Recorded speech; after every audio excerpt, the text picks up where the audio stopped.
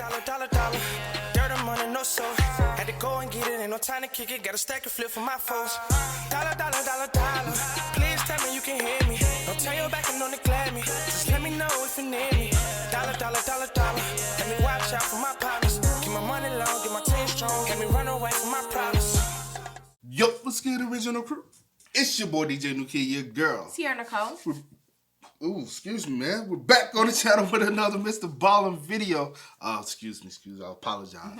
I don't know where that came from. But today, man, we got the biggest legal F-up in history. I have no idea. When you say the biggest legal in history, I'm like, what are we talking about? That can mean absolutely anything. Yeah. So I don't know.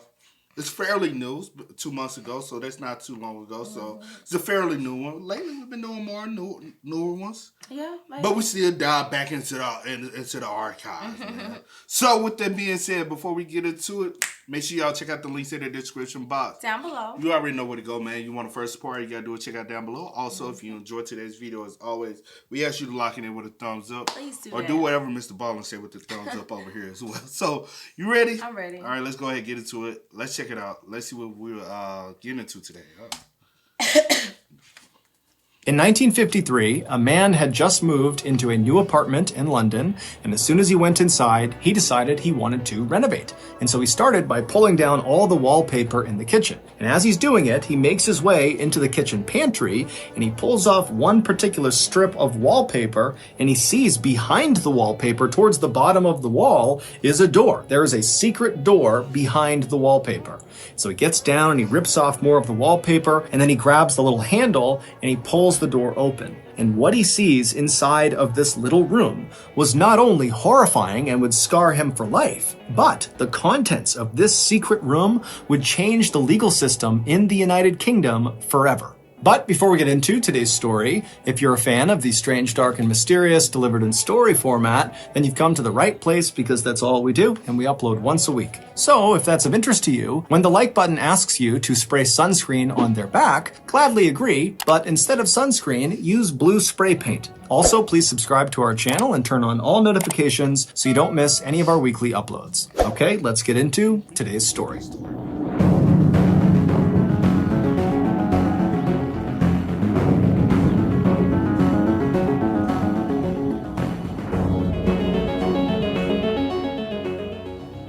The crime that would eventually put Timothy Evans on death row was horrific, but... Notes, baby. If you make sure y'all also take notes. He's just trying to dissect the information so you can be right about the information. We got Timothy Evans. When you take a look at Timothy Evans' past, it's not really a shocker that his life played out the way that it did. Before Timothy was even born in 1924 in the southern end of Wales, his father had abandoned him and his siblings and his mother. And because Timothy's mother made almost no money, when Timothy was born, he was effectively born into poverty. As a young child, Timothy really struggled to learn how to speak properly, and then in school, he just really struggled to keep up with his peers. To make matters worse, when Timothy was 8 years old, he contracted tuberculosis of the skin on the underside of his right foot. This condition is not necessarily fatal, but it causes these large, painful blisters that take a really long time to go away, even with treatment. And because Timothy's outbreak was on the underside of his foot, it made walking nearly impossible. And so for a few years, starting when he was 8 years old and he was diagnosed with tuberculosis of the skin, Timothy had to miss huge chunks of his schooling to get medical treatment. And then other times he was missing school simply because he couldn't walk. And considering how poorly Timothy was already doing in school, these huge extended absences were totally catastrophic for his education. In fact, later in life, it would be determined that Timothy's IQ, which is a way to measure people's intelligence, was somewhere between 60 and 70, which is very low and put him in the range of having an intellectual disability. Not long after his tuberculosis of the skin diagnosis, Timothy would remain in school despite all of these absences and despite how difficult it was for him, but his real focus would shift from getting an education to trying to find work in order to help provide for his family, who were very poor. And Timothy was willing to do just about anything for money. For example, when he was only 13 years old, he became a coal miner, one of the most dangerous jobs on the planet at the time and still today. But despite Timothy's willingness to do these really challenging jobs that often paid very little, he would always eventually get fired, or he just would not get the job in the first place. He would be rejected. And always it was because either one, he had a flare-up of his tuberculosis on his foot, which made it impossible to walk, and so he couldn't go to and from his job, and so he'd be let go. Or it would be because of his illiteracy, and the job just could not take someone in that could not read, write, or really even speak very well. Or in some cases, like when Timothy tried to join the military when he was 18 years old and World War II was raging and all of his peers are going off to fight the war, well, when he tried to enlist, the military said, we can't take you because you are illiterate and because of your foot. This constant... That's why I was like, him joining the military was like, absolutely not. But his thing is he's just trying anything. Yeah, he's to trying money, money. And this is already starting off as a sad story because it's like, man, it's hard in life when somebody's born into poverty. Okay. Like when you born into it, like bare bottom, and you really have nothing, and you born with something that can cause you to have a huge step back in life. That's like, Yeah.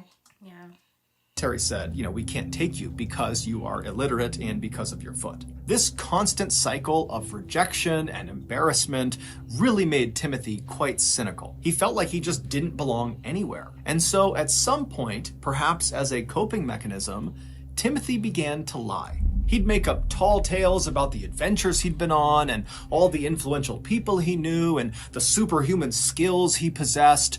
Now, most people who knew Timothy didn't believe any of the stories he told, but every now and again, some people actually did.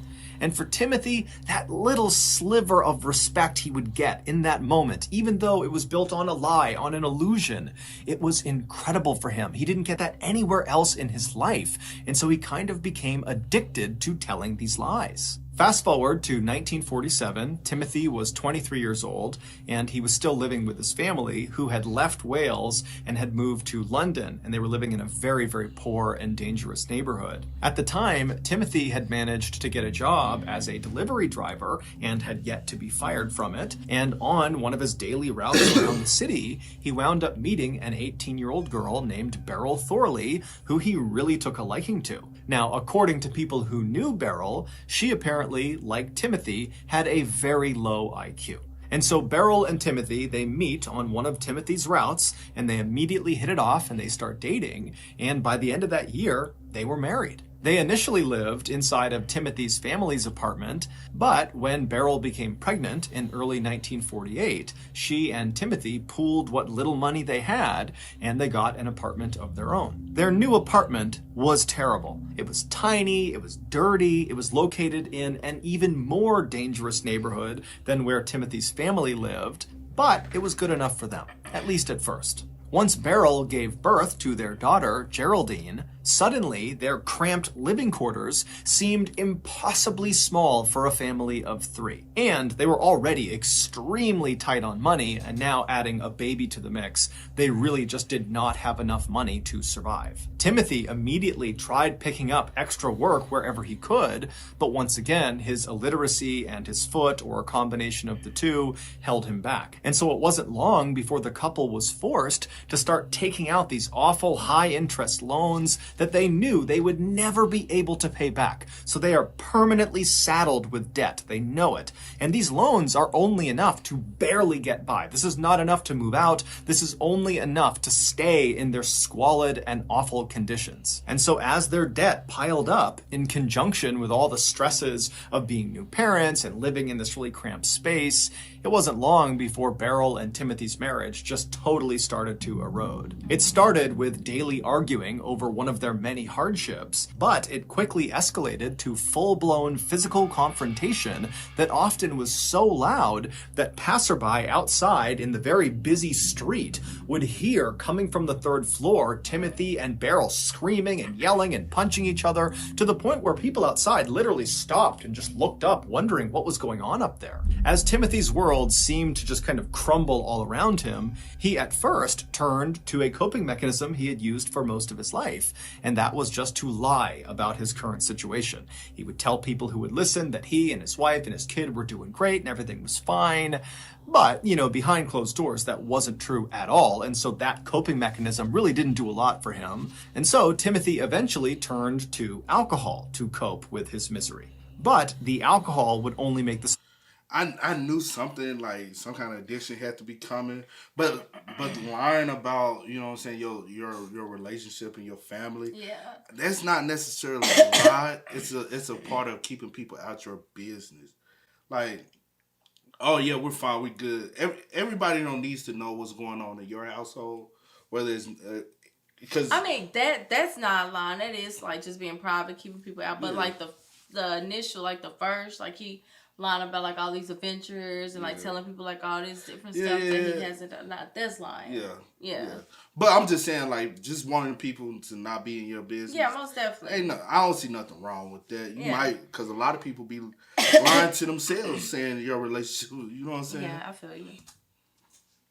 He turned to alcohol to cope with his misery. But the alcohol would only make the situation worse because it was yet another thing for his wife to be mad at him about, and he was depressed all the time, and it was eating away at their non-existent budget to pay for all this alcohol. And so Timothy would turn to yet another source for comfort, but it would be a very unlikely source of comfort.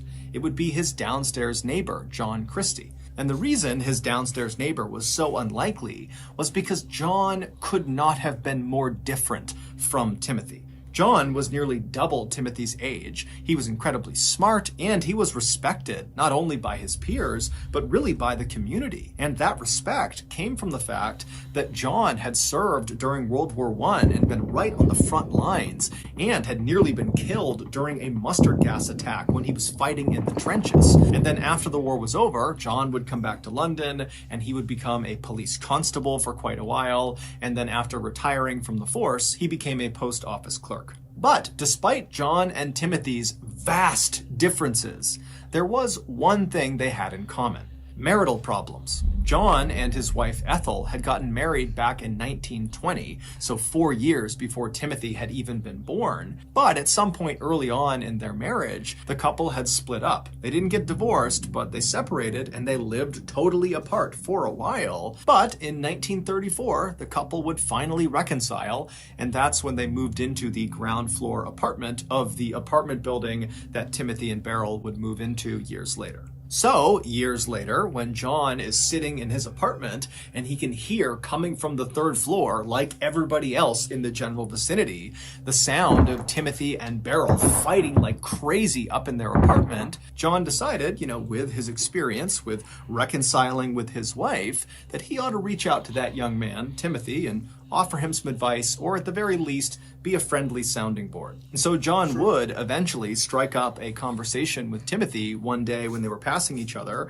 and Timothy was at a place in his life where he was looking for friends. He didn't have any friends. And so John, to come into his life at this point, was really good for Timothy, and so very quickly those two struck up a friendship. But this friendship was not really peer-to-peer. It was more like father to son or mentor to mentee, where Timothy really looked up to John. I mean, Timothy had never had a father in his life, and so John kind of became that. And John looked at Timothy with a lot of empathy. He could tell this was a man who was, not very bright, and he was in way over his head with debt, with this marriage, with parenthood, everything. And so John tried hard to kind of coach and guide Timothy as he navigated this very rough time in his life. And their relationship likely could have had a really positive effect, not only on just Timothy's mental health, but also perhaps on the state of Timothy and Beryl's marriage.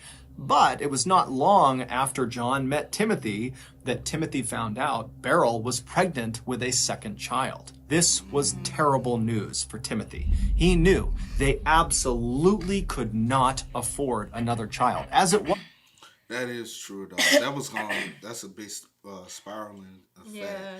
He's already, you know what I'm saying? Your relationship already rocky, and it's in a physical manner. Because I was thinking, I was like, even though, you know what I'm saying, you want to be private within your relationship, but a relationship should never get to the point where it has to be physical. If it is in that point, one of y'all needs to be the bigger person to be able to walk away. Yeah.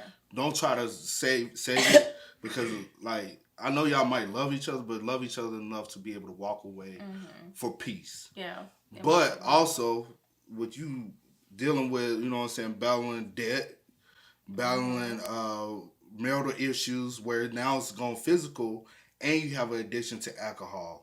To bring in another child when y'all already, because you were struggling alone, with then one, that would, like, you were struggling by yourself, and then you got married and y'all struggling together. And you have a baby, and then now you bringing another child, like, and then that takes a lot, like, on someone mental, like, when they're going through a situation. Through so much. Anyway. It's going to only weigh you down even more. Yeah. I could you just see the spiraling it's like either effect. the fighting continues or the drinking gets even worse or whatever the case may or be. the abuse gets even worse. Yeah. And you could just see this whole life story just having a downward spiral. It just keeps getting worse and worse, and there's no positive in it. Yeah, so sad. The biggest positive was him finding love, finding someone. Yeah. That was the best part of his life, though. they couldn't afford the current child they had. They couldn't afford anything. And in the United Kingdom, abortions were illegal. So there was no way to terminate this pregnancy. And so, totally desperate and terrified, Timothy turned to John for guidance. And John would later recall on the witness stand during Timothy's trial that, John did his best to try to console and comfort and tell Timothy that everything was going to be okay. You'll get another job. You'll take out another loan. It'll all work out. But, as John would say on the witness stand, his words didn't have any effect on Timothy.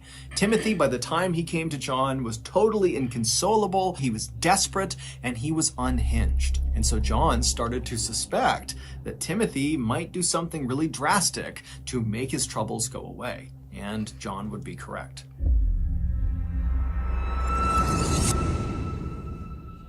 A few weeks later, on November 30th, 1949, a very disheveled-looking Timothy wandered into a local police station in Wales, not far from where he had grown up, and he would confess to the police that he had killed his wife. He would tell the police that he had given Beryl a poison that was apparently designed to abort her fetus, but this poison was too strong and it had killed Beryl. And then after she was dead, Timothy said he panicked, and so he took her body and he dumped her down the sewer that was outside of their apartment building. And then he arranged for his daughter, Geraldine, to go stay with some people in London while Timothy fled to Wales. But after getting to Wales, Timothy said his guilty conscience was just too much, and so he turned himself in. The police immediately arrested Timothy, and they brought him back to London. And then once he was in a cell in London, London detectives went out to Timothy's apartment building, and they went to the manhole cover that led down into the sewer that was right outside of the apartment building, and right away they noticed something odd. They were not able to get the lid off of the sewer. It was just too heavy. It would move, but one man couldn't do it. And so after 3 police officers, they all got down, they were barely able to get this lid up and off of the top of the sewer. And then when they went down into the sewer, there was no body. There was nothing down there. And so when detectives went back to Timothy in the London jail cell and they confronted him with this revelation that, no, she's not in there, Timothy would kind of squirm a little bit, and then he would totally change his story. He would tell police that it was not he who gave Beryl this poison that ended up killing her. It was his friend and mentor and father-like figure in his life, John Christie. Timothy also told police that he left his daughter, Geraldine, in the care of John. Police are skeptical of Timothy, but because there's a child involved, they just immediately take his story at face value and they rush back to the apartment building and they knock on John's door, and John opens the door and he's standing there with his wife Ethel, and he's totally shocked at these accusations that have been lodged against him by who he thought was a very close friend of his. And John and Ethel would tell police that not only did they have no no clue what happened to Beryl, but Geraldine had never been in their care. And so the police are immediately very concerned for Geraldine's well-being. Who has Geraldine? Where is she? But while they were there, they just did a thorough search of John and Ethel's property to make sure they weren't lying. And then after searching their property, there was nothing inside. But when police left John and Ethel's apartment and began searching the outside of the property, an area that they had briefly searched when they were there earlier, looking in the sewer, but now they're doing a much more thorough search. And during this thorough search, they find this shed that was located in the backyard of this big apartment building. And inside of this shed, wrapped in blankets, are the bodies of Beryl and her 13-month-old daughter, Geraldine. They had both been strangled to death. After processing the crime scene, the police went back to the jail where Timothy was being held, and they would tell him what they discovered at the property, and Timothy had a very muted response to it. And then when one of the detectives asked Timothy point blank, "Are you responsible for both your wife and your daughter's deaths?" Timothy would say yes. And then during a follow-on interrogation, Timothy would confess that he had been in a heated argument with his wife over money, and at some point during this fight, which got very physical, he strangled Beryl to death. And then 2 days later, he strangled his daughter to death. And then after dumping their bodies in that shed outside, he fled to Wales. Timothy would actually recant that final confession, but it really didn't matter because when he went to trial a little over a month later, the jury just did not believe that Timothy did not do it. And so very quickly, they convicted him of murder and they sentenced him to death. Just 3 months after his conviction. Bro, like, how did you expect to be able to sit there and I give it to him, you eventually turn yourself in and you confess to your crimes. So I give it to you for being a man of that. But even so, good, whatever. But you lied about the way or the reason for and the way that you did it, and then said that you took your daughter to be with whoever. And you say you dropped her in the soup. So did you want her to be found for real? Or not even what you said initially, you gave her poison. Yeah. To try to terminate the baby, but it was too strong, and it. I guess he wanted to say like it was an accidental death. I guess that's what you wanted to do. Because you want to see if you can escape it. But you having another child, and this situation is going on. Like we need to make sure that the child, is actually in. And why 2 days later you killed Geraldine? 2 days later, maybe. I have no clue. Maybe I really don't have it. I don't know. I will know. Was it just too much, and you felt like you couldn't take care of her on your own, or you was just like, there's no possible way that I'm able, because of the situation he was in to take her. But still, like there's other options. You know what I'm saying? Like you didn't have to kill your wife or your child. You know what I'm saying? But I'll say this: it was in the 1940s. Yeah. Yeah. They really did, because abortion was illegal. Yeah. So,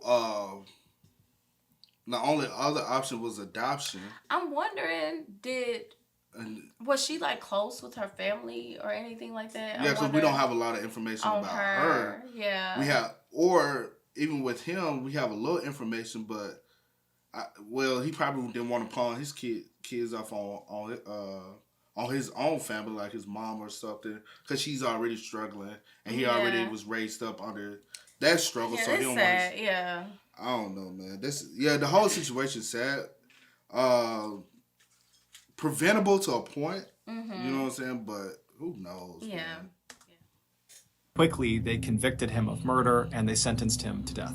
Just 3 months after his conviction, so on March 9th, 1950, Timothy would find himself sitting inside of the so-called condemned suite at Pentonville Prison in London. He was shackled to this table with guards sitting on either side of him in this very small cell, and then right next to him was this wall that kind of ran down the side of the cell, and on the other side of that wall was the execution chamber. And so as Timothy would have been sitting at this table, suddenly the cell door that led into the holding area would have flung open, the execution team would have rushed in and grabbed Timothy and stood him up before he could run or fight back. And then before he knew it, he'd be pushed over to the door that went through that wall into the execution chamber. Once that door was open, Timothy only would have had maybe a couple of seconds to take in what he saw. And it would have been this pale green square room with a noose dangling down from the ceiling, and right below it was an obvious mechanical trap door. And off to the side of the room was a lever that the executioner would actually pull to open up that floor and send the prisoner falling down into the pit below. And so Timothy, he would have taken this in just for a second. His heart would have been racing, and before long he would have been standing on this trap door. The noose would have come down, they would have tightened it to his neck, a bag would have been placed over his head, all the guards would have pushed to the walls, and then before Timothy could even say or do anything, the lever was pulled and he dropped down into a 12-foot deep brick-lined pit where he would dangle by his neck until he died. This gruesome ending should have been the end of an already very gruesome story, but it wasn't.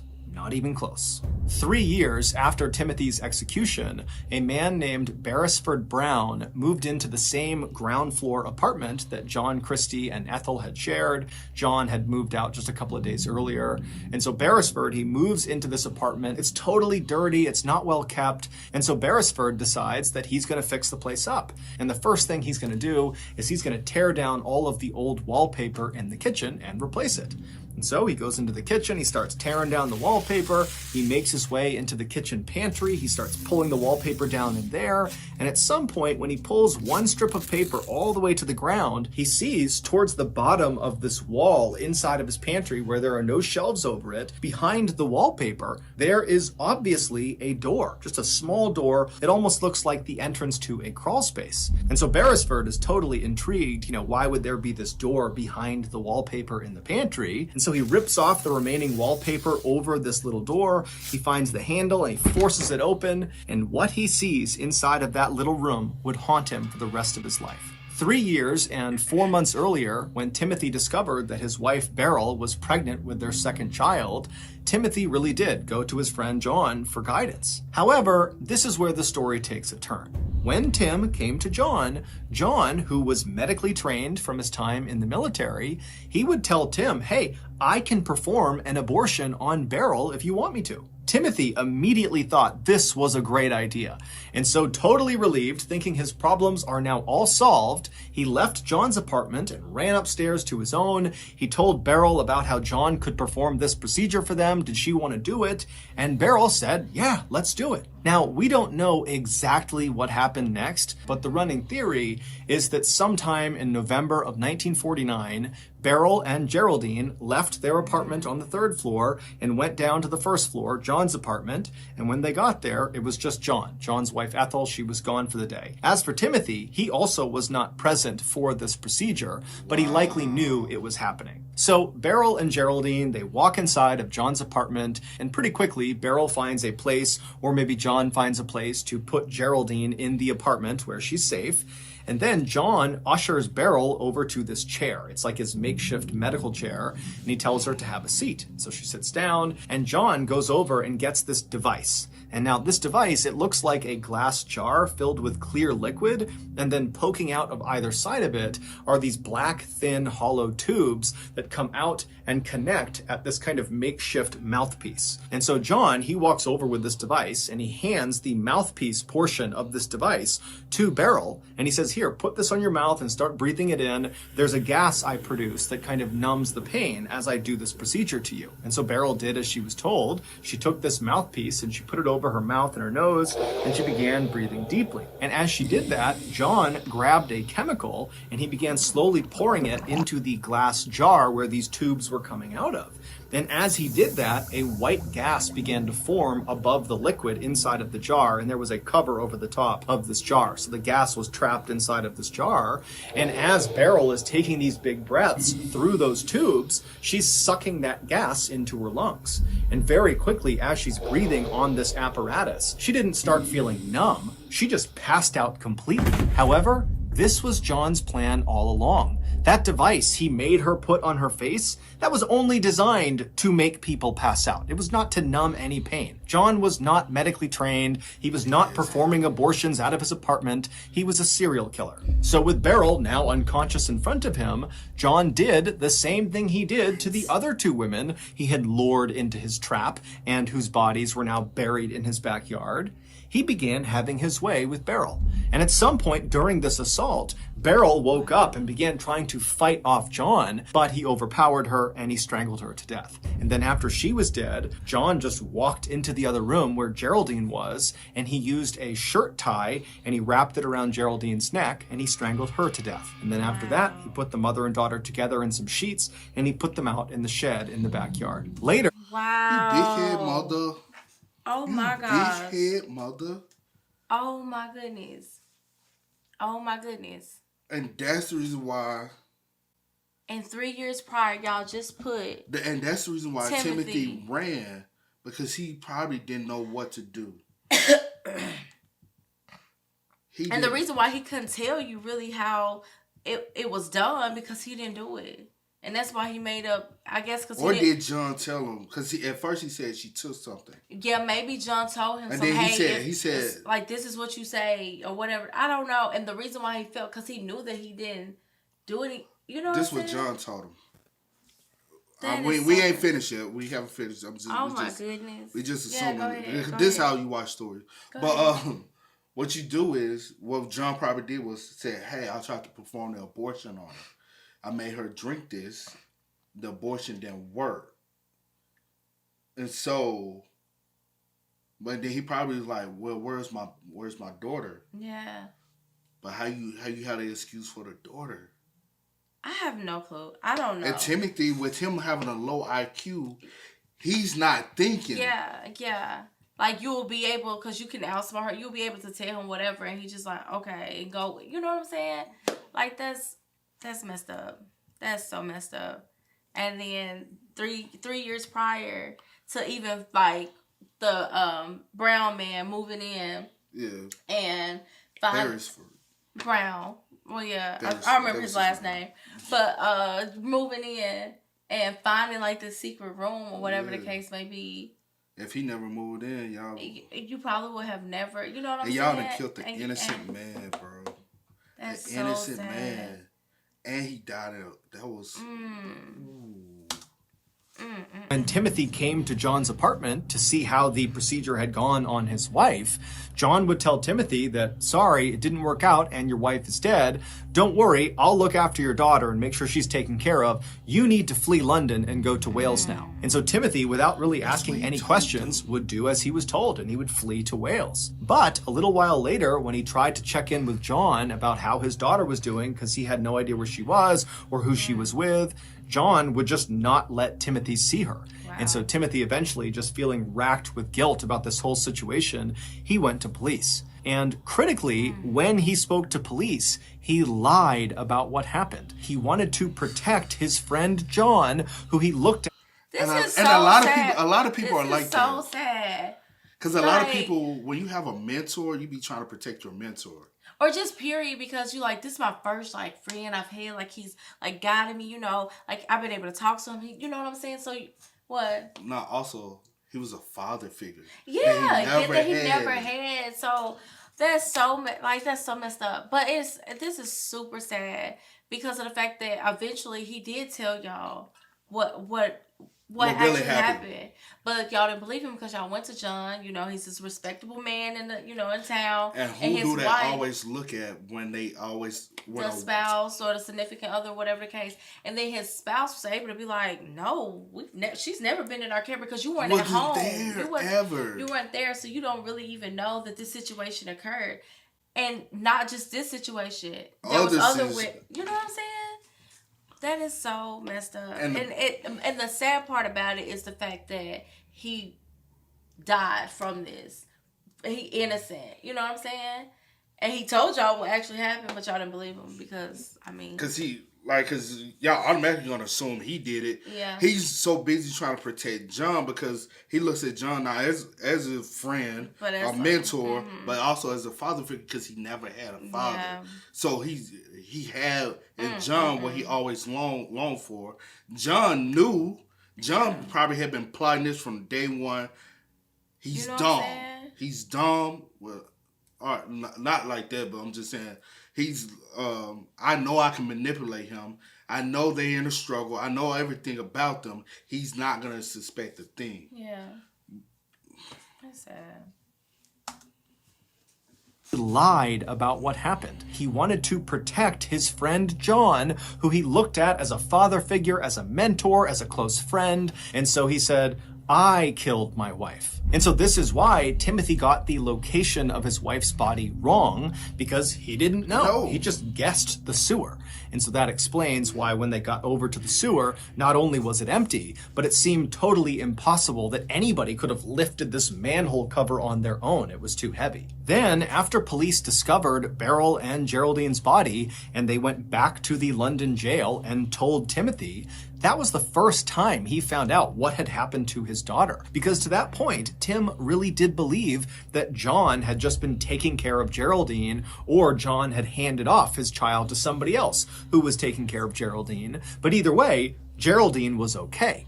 So he's just been told she's not okay, she's dead as well. His whole family is gone. And so Tim was almost certainly in shock. And so he's sitting there with that sort of muted response as detectives are asking him, are you responsible for your wife and your child's death? And so Tim would say yes, but it's unclear if Tim actually understood their question or if he understood the implications of their question. He might have just been saying, I feel guilty about the fact that my family is dead. Not that he literally killed both his wife and daughter. But when Tim finally kind of snapped out of it and really began trying to tell the truth that John was responsible, nobody believed him because his credibility was totally destroyed because the first thing he did when he went to police was lie about what happened. And when police dug into Timothy's history a little bit, they saw he was a compulsive liar. Everybody said, oh, Timothy tells tall tales, that's just what he does. And making things even worse for Timothy was the fact that he had a very clear motive for why he might harm his family. He was under crippling. And it's so crazy. I apologize for pausing, but it is so crazy because the biggest thing to allow him to feel comfortable is the reason why he got in this, because he's so comfortable with lying to make himself look better. So he had to continue to lie. And he's just like, I'm like, this is what I do. Yeah. To the point where he doesn't see that it's wrong. It's just what he does. I'm like, bro, a lot of these situations, it's the we gotta start like recognize what's really real. These people get in these positions and half-ass do their job.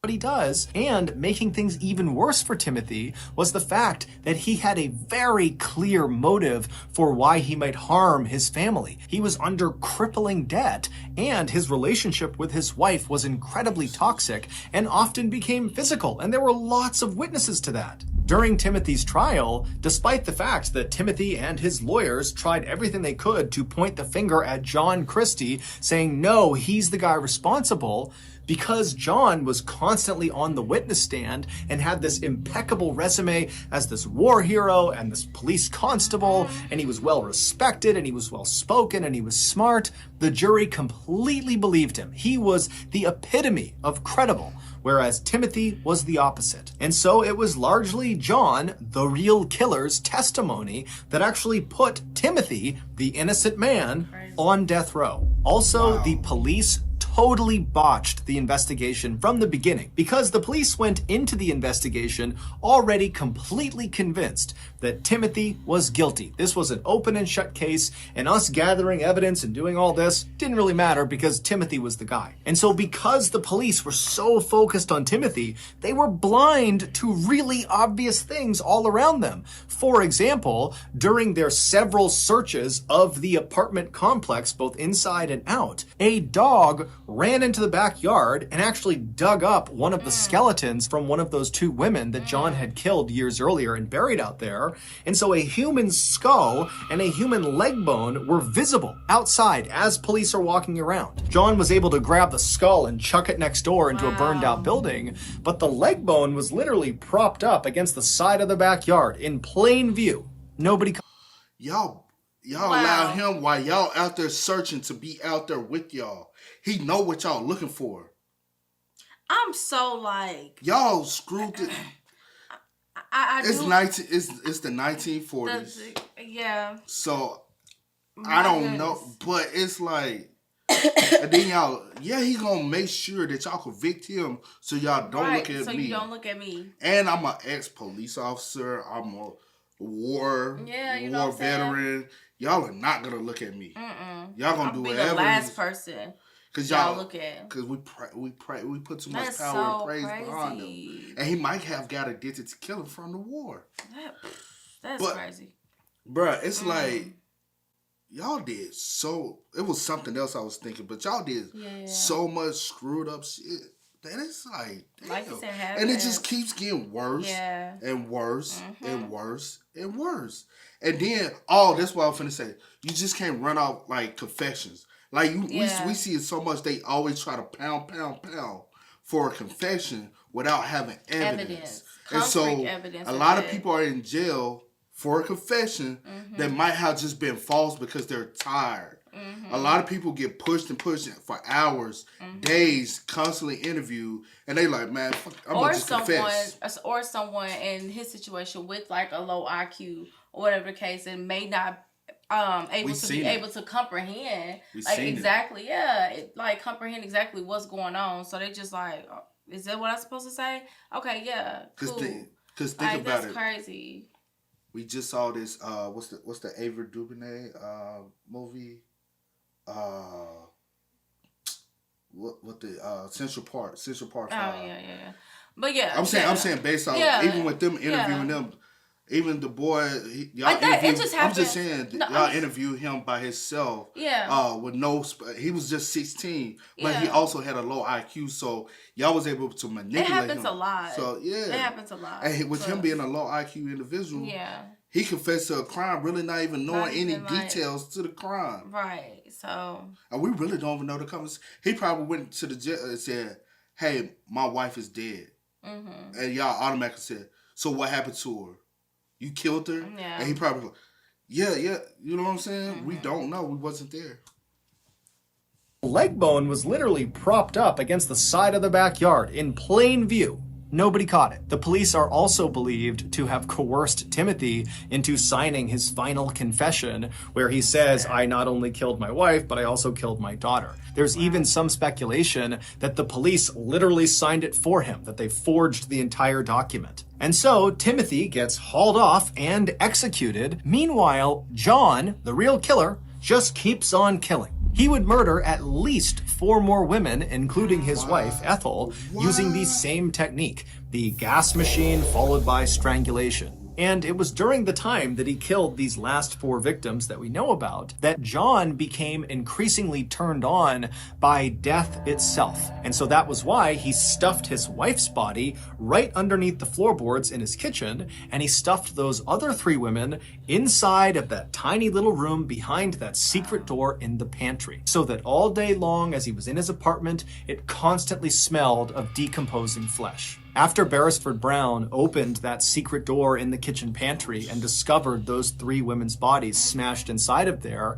he would tell the police, and then 10 days later, on March 31st, 1953, John Christie would be found and arrested. He would confess to killing all 8 victims, but the police only had enough evidence to charge him with 1 murder, and that was the murder of his wife, Ethel. But he was found guilty of that, and it was enough to warrant a death sentence. On July 15th of that year, at about 9 a.m., John Christie found himself sitting in the same condemned suite at Pentonville Prison that Timothy Evans had been sitting in 3.5 years earlier. Then, moments later, the door behind John opened up. The same execution team that killed Timothy Evans came inside, they grabbed John, they hoisted him up, they moved him over to the door that led into the execution chamber. The door flung swung open and John got his first look at the gallows. They rushed him over to the middle of the room. They pulled the noose down, tied it tight around his neck. They put the bag down over his head. All the guards stepped to the side. And then right as the executioner is about to pull down the lever, John, out of the blue, says, "Wait, my nose itches." To which the executioner just said, "It won't bother you for long." And then he pulled the switch. Due in large part to the massive injustice in this case, where an obviously innocent man was carted off and executed, the UK would suspend the death penalty in 1965, and then in 1969, they would abolish it entirely. Between those two dates, in 1966, Timothy would receive a posthumous pardon for the murder of his family, meaning he is officially an innocent man. I'm dead. I don't care.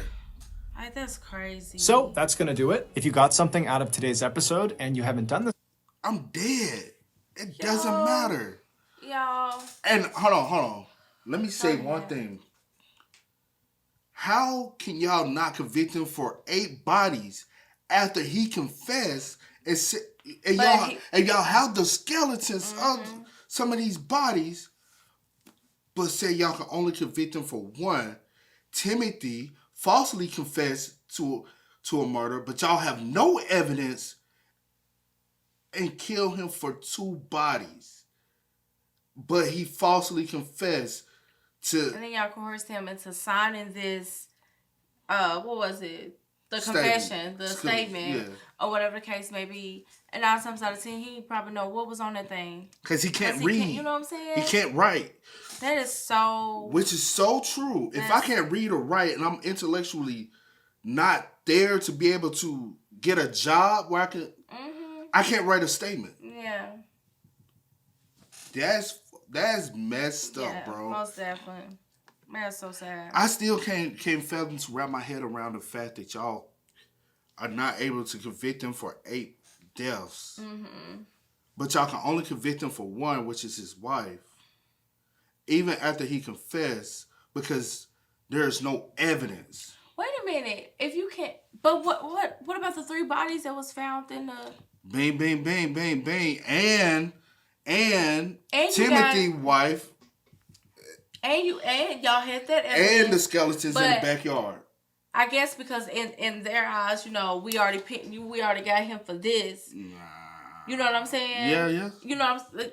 And they just like, okay, this is these 2 bodies are on Timothy, which no, not in reality. Like, what it is. Like, he done confessed to everything. You got the wife's body, you got the 3 women's body. Then what about the skeletons that's in the garden? That's what I had said. So you got 3 bodies in there, right? 4th body is in the floorboard. Yeah. That's 4. How many bodies was in the backyard? They didn't really stay. They just... I think he was... At one point, it was like 2. Maybe 2. I just remember it was a head and one of the leg bones, a femur or something. It was 2 buried. It was 2 buried. 2 buried in the bag. And then they recovered Timothy, wife, and child. So that's 8. 8 in total. Okay. Oh, okay. Yeah. So... Did no other resident get that file older? Think about it, the Dahmer thing. Yeah. And hold on. As Beresford had went in, did he not smell the odor? Did no one else who, after John moved out, come in? Y'all didn't do no checkup. Y'all didn't clean. Y'all didn't check nothing to be able to smell a foul odor? Because definitely is a strong odor. You don't just... Maybe in regards to, like, after a while, after they just become skeletons, like the older, but even beforehand though, like, but even beforehand, before it just becomes that, like you said, did no neighbors like smell anything? That's besides, well, it is that's a big point. It's a big point, but it's a big point, but at the same time, it's just like damn. You know what I'm saying? And to be real, the title of this is the biggest legal F-up. Is correct. Yeah. Because y'all didn't handle this correctly at all legally. And I still can't get over the fact that John didn't get convicted but for 1 body. Right. That's crazy. That's definitely crazy. And it's just super sad that y'all just like, well, we're not like, okay, we got these bodies. We got him. We gonna put it on him. Let's close the case. 3 years later. Sentence him to his death. Like, that is crazy. Y'all really hung a man for a false confession of 2 bodies with no evidence to stem back to him. Yeah. But y'all said if John confessed to 8, 2 and 2 don't. It's not adding up. Yeah, I got you. That's what. And it's super sad because, I be like, I just wonder, like, what goes through certain people's head. Like, to know that, okay, I'm thinking that I'm doing a good deed for our family, and I send you thinking that you will be in good care with John, whatever the case may be, and then this situation happened, and then you turn around on top of that and kill my daughter as well, and then I have no clue what happened. You know what I'm saying? And like Mr. Ballen said, he did feel guilty. Yeah. Because, like he said, I killed my wife. Because technically, if it wasn't for me sending you there or even having this man in our life or whatever the case may be, this situation wouldn't have happened. Because technically, I killed you. Because if I didn't, like you said, and he thought, like, I didn't kill you by my own hands, whatever the case may be. But I sent you down here. But at the same, and that can weigh on somebody's, conscience or whatever. You'll be guilty because of that. I'm not guilty. Well, you'll feel guilty because of that. And but technically, at the same time. Technically, he never lied. He never lied. He did say, I killed my wife because she took this, because that's what he was told. Yeah. That she was going for an abortion. She drunk something, and that was for the abortion, but it was too strong, and it killed her.